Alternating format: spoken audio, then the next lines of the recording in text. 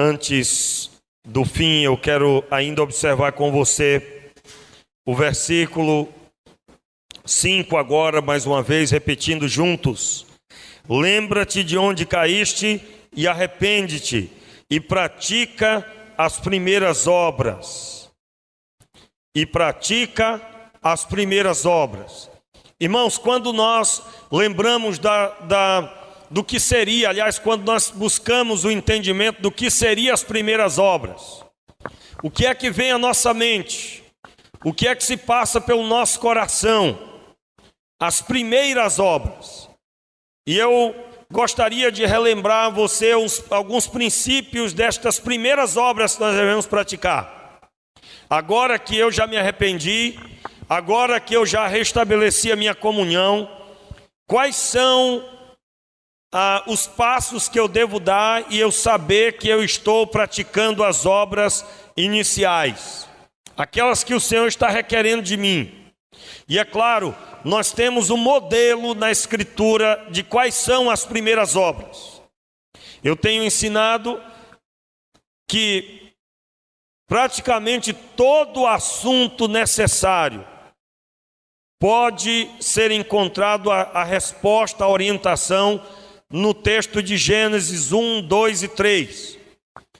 E aí eu gostaria de relembrar a você quais são as obras do princípio na vida de Adão.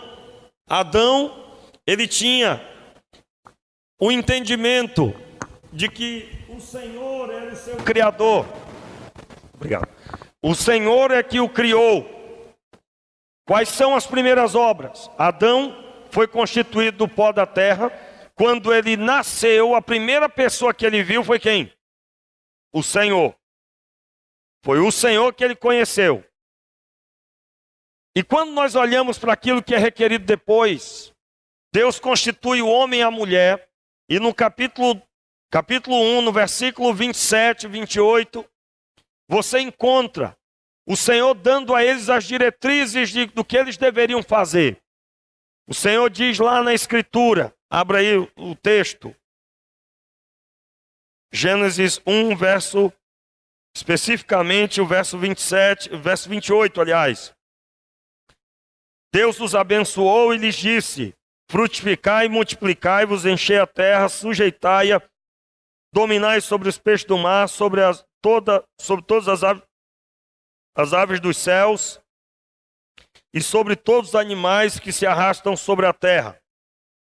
Disse Deus ainda: tenho-vos dado todas as ervas que produzem semente. Aí segue falando da alimentação. Então, qual é o primeiro princípio das primeiras obras? Receber orientação de Deus. Orientação de Deus para fazer algo específico.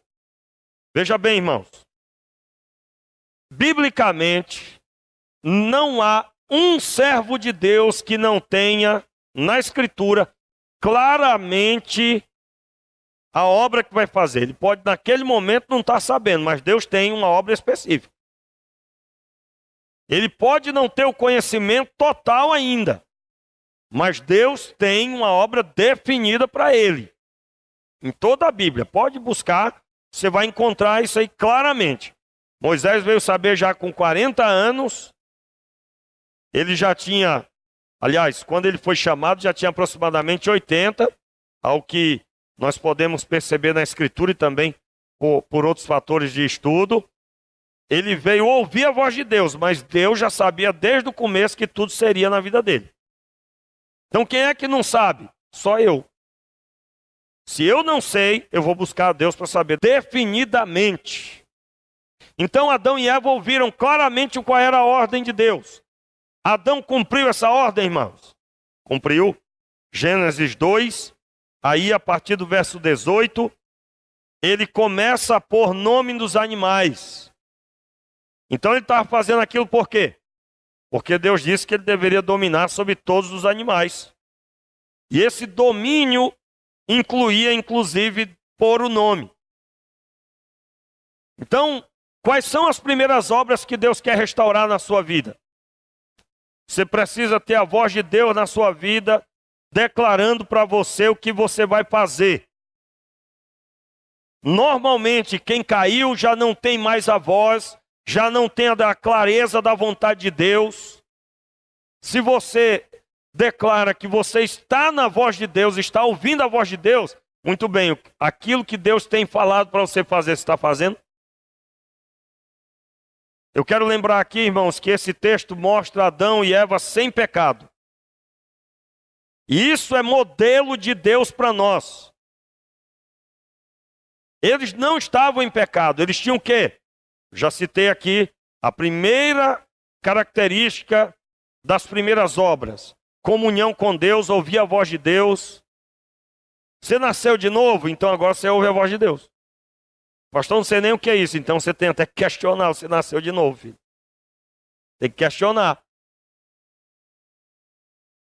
Adão nasceu, a primeira pessoa que ele viu foi Deus. E vendo Deus, ele recebeu orientação. Você tem visto o Senhor, tem ouvido a voz de Deus, você tem tido clara evidência do que ele tem ordenado sobre a sua vida. Primeira característica, comunhão com Deus, ouvir a voz de Deus. Segunda, obedecer ao que ele está falando. Adão obedecia. Terceira característica do realizar as primeiras obras, voltar às primeiras obras. A constituição familiar. Você conhece alguém que despreza a família? Você está fora do princípio. Você conhece alguém que, pastor, um dia eu quero me casar, mas não vou ter filho, não. Você está fora da visão. Aliás, irmãos, a Igreja de Cristo está seguindo um padrão de ter poucos filhos no mundo. No mundo. Já uma das religiões que tem crescido bastante, tem como meta ter muitos filhos. Se estudar sobre esse assunto, tem um estudo sobre isso, é de apavorar. Porque principalmente na Europa, essa religião está povoando e enchendo a terra da Europa. Com filhos criados dentro da doutrina rígida daquela religião. Você imagina, um apartamento onde tem 10 filhos dessa determinada religião, cresce no mundo, tem matado muita gente no Oriente. Não estou dizendo que é assim também na Europa, mas tem matado sim. Eles têm a meta de ter muitos filhos, e filhos dentro da doutrina. Um dos princípios é que se o menino se desviar, e ele até adotar o cristianismo, por exemplo, como fé, é obrigação. Isso é doutrina ensinada em alguns lugares do mundo. O pai tem a obrigação de matá-lo. Como reconhecimento da desgraça que sobreveio sobre a sua vida, e ele, é claro, instrumento do Deus deles para consertar esse mal. Você imagina 10 filhos dentro de uma doutrina dessa. Aí do lado tem um crente que tem um filho só. E ele não ensina a Bíblia, ele não ora com o filho, ele não gasta tempo, porque ele está cansado todo dia. E se você falar em ter filho com ele, ele diz, sangue de Jesus tem poder. Como se família fosse obra do inimigo, né? Porque se é o sangue de Jesus tem poder, que é isso, pastor? É força de expressão. Meu irmão, olha o que nós estamos falando. Esse país foi evangelizado porque um outro país visou povoar. Eles mandaram milhares de missionários para esse país, os americanos. E nessa época, nos Estados Unidos, tinha-se muitos filhos. Não estou incentivando que a doutrina que tem que ter muito filho, não. Eu estou ensinando que é uma visão que caminha para uma diferença muito grande de pessoas que estão doutrinando através do medo e da promessa de prazer eterno. Olha só a pregação dessa doutrina. Se você for um mártir, se você for alguém que der a sua vida pela religião, e até mesmo se matar ou matar muita gente, você terá 70 mansões. Essas mansões terão 70 lençóis e 70 virgens que terão a sua virgindade renovada a cada vez que você se deitar com ela. Se você for estudar essa promessa, você vai encontrar que é uma promessa disfarçada de santidade, recheada com prostituição. Vocês estão entendendo? Todo mundo está entendendo que religião estou falando, né? Por que é recheada de prostituição? Em nome de matar-se e matar outros, você vai ter vida sexual à vontade. Aliás, é dito que esse homem que terá as 70 mansões e 70 lençóis, 70 virgens, que terá sua virgindade renovada a cada vez que se deitar, ele terá também a força de muitos homens.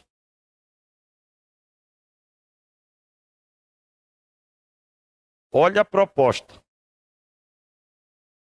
Aí e o cristianismo? Não, você vai ser salvo, vai para o céu. E depois? Não, você vai para o céu. Para aqueles que não creem, o que ele vai falar? Vai para o céu. Olhando para o homem pecador, qual dos dois ganha, irmãos? O homem pecador que tem anseio pelo pecado. Qual dos dois ganha? Quantos estão entendendo, irmãos? Eu não estou diminuindo as coisas do Senhor, não. Para quem está do lado de fora, ir para o céu parece ser vazio. Para nós que sentimos a presença de Deus, o céu é extraordinário. Porque nós estamos apenas tendo um pedacinho do que será definitivo e total, que é a presença do Pai. O Senhor nos oferece um relacionamento de amor.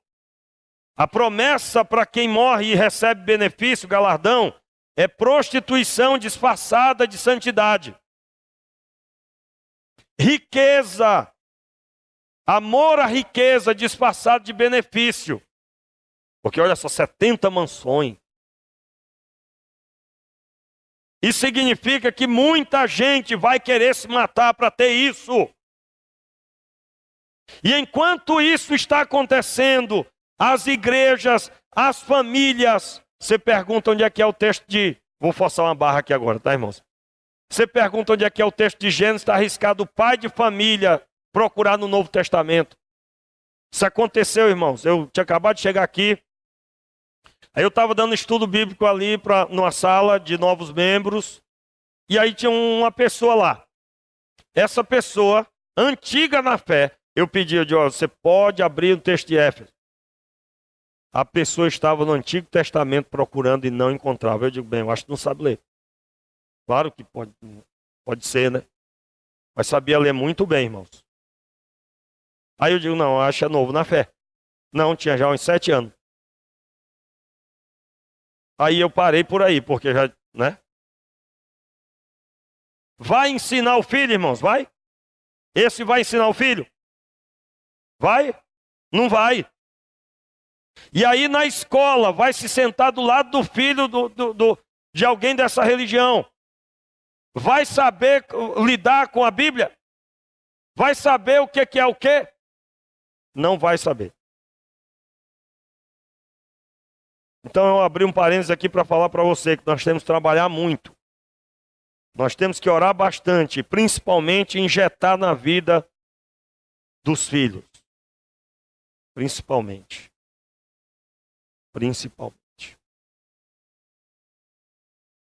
Por que eu estou falando isso?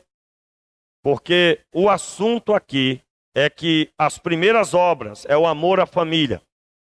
Gênesis 2, como é que está Adão? Adão está dando lugar para gerar a sua esposa é gerada. Quando ela é posta diante dele, o que ele faz? Ele a elogia. Ele exalta essa mulher que vai viver com ele. Então, andar nas primeiras obras é ouvir a voz de Deus, obedecer o que Deus está ordenando, restaurar as primeiras obras, é amar a família, exaltar a família. A família é importante. E você deve fazer tudo o que for preciso para que a sua família seja uma bênção. Em Deus, tudo for preciso em Deus. Então, após ter essa visão, eu tenho agora como percorrer a Bíblia, vendo as primeiras obras. Eu posso ver as primeiras obras que foi requerido de Davi. Como é que era Davi antes? Quando ele era ungido e abençoado. Quando ele caiu. Como é que ficou a vida dele?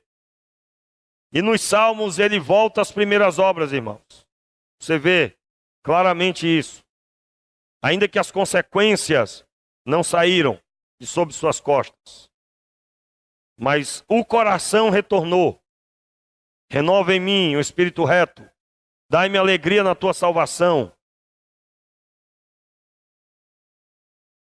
Eu quero nessa manhã dizer para você, nós precisamos investir muito na comunhão pessoal com Deus. Sem comunhão pessoal, não se pode viver.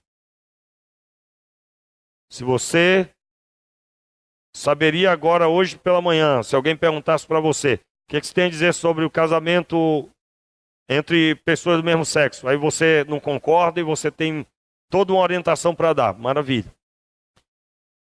O que você acha do recebimento de propina em todos os níveis da sociedade? Seja na rua, um funcionário público recebe propina. O que você acha? Não é errado por causa disso. Como é que você acha que deve ser a política no Brasil? Aí você tem tudo para falar de acordo com a palavra. Você tem claramente se desviado do mal. Você é contra o mal.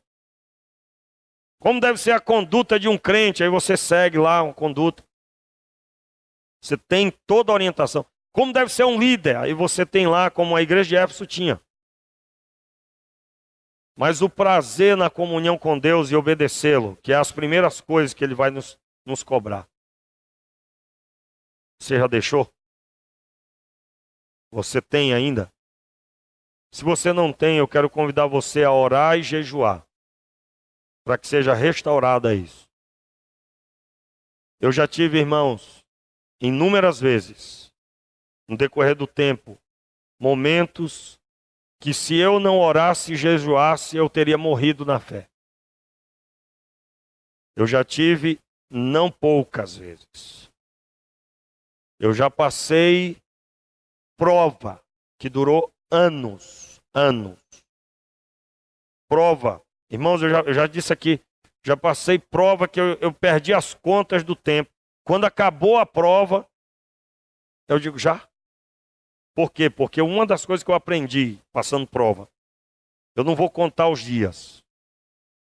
Eu vou me preocupar com a comunhão pessoal.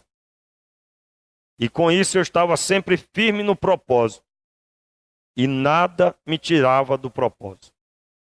Nós estamos vivendo um tempo do cristianismo mais superficial que alguém possa imaginar. Nós estamos vivendo um tempo onde as pessoas mudam de igreja por qualquer coisa. Elas mudam de casamento por qualquer coisa. Mudam de amizade por qualquer coisa. Me lembro, todas as vezes que eu vou no Acre, aí eu pergunto pelos amigos de meu pai.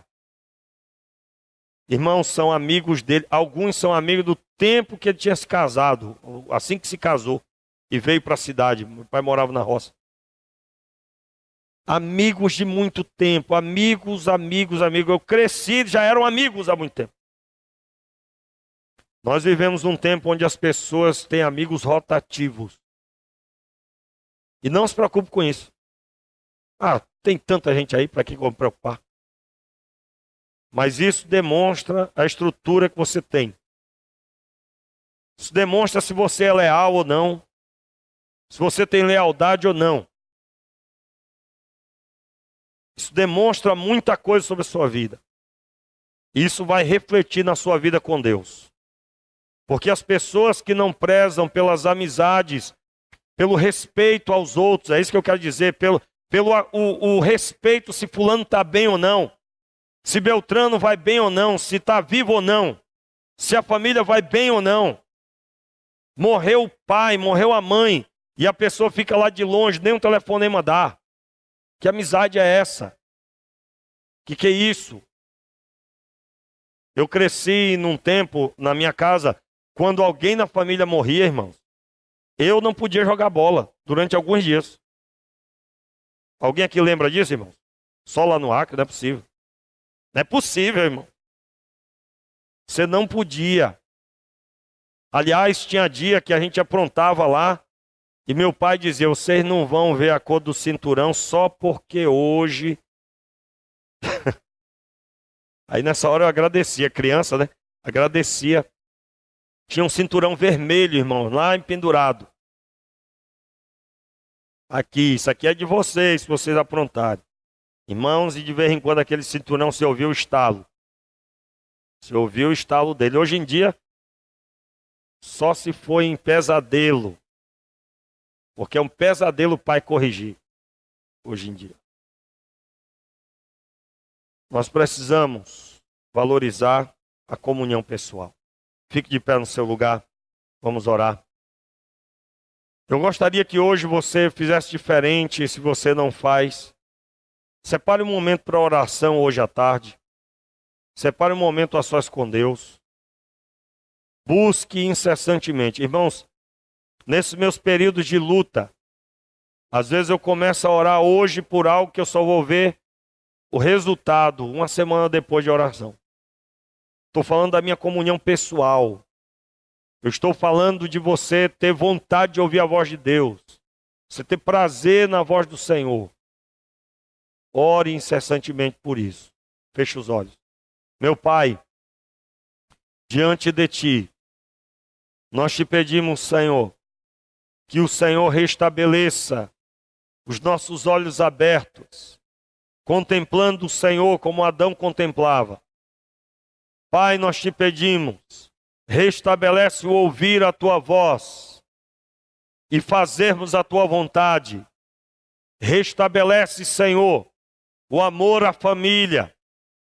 Retira de nós, Senhor, todo desprezo à família, disfarçado de tantas coisas, às vezes declarando que é por cuidado, prudência, se faz isso ou aquilo outro. Mas na verdade, Senhor, estamos distante do propósito da família. Pedimos, Pai, misericórdia. Filhos não são tribulação, problema. São bênçãos do Senhor. São herança do nosso Deus. Mas nós sabemos, Pai, que a nossa geração não está preparada para ter filhos e ensinar o caminho do Senhor. Porque para ensinar tem que estar no caminho, Senhor. Para ensinar comunhão tem que ter comunhão. Meu Pai, tenha misericórdia de nós. Tem misericórdia de nós todas as vezes que temos preguiça de ler a palavra do Senhor. Tem misericórdia, Senhor, porque não priorizamos no nível que o Senhor quer. Batemos no peito muitas vezes falando nossos defeitos, mas que na verdade são identidades que nós adotamos. Eu sou assim, eu sou desse jeito, eu sempre fui assim. E olhamos muito pouco para o Senhor. Tenha misericórdia, Pai. Senhor, nós queremos voltar às primeiras obras. E se hoje pela manhã nós temos aqui pessoas que não sabem o que é as primeiras obras, porque nunca as viveram, nunca tiveram. Senhor, converta o coração, Pai. Senhor, entre na vida dessa pessoa com Teu Espírito. Entre na vida dessa pessoa com Teu poder. No nome de Jesus. No nome de Jesus. Amém e amém. Põe a mão no seu coração agora. Senhor, diante de Ti, assim como estamos pondo a mão sobre o peito, seja a Tua mão poderosa gerando em nós um coração restaurado, renovado, apto para Te servir, em nome de Jesus. Amém. Dê um aplauso ao Senhor. Em nome de Jesus. Glória a Deus.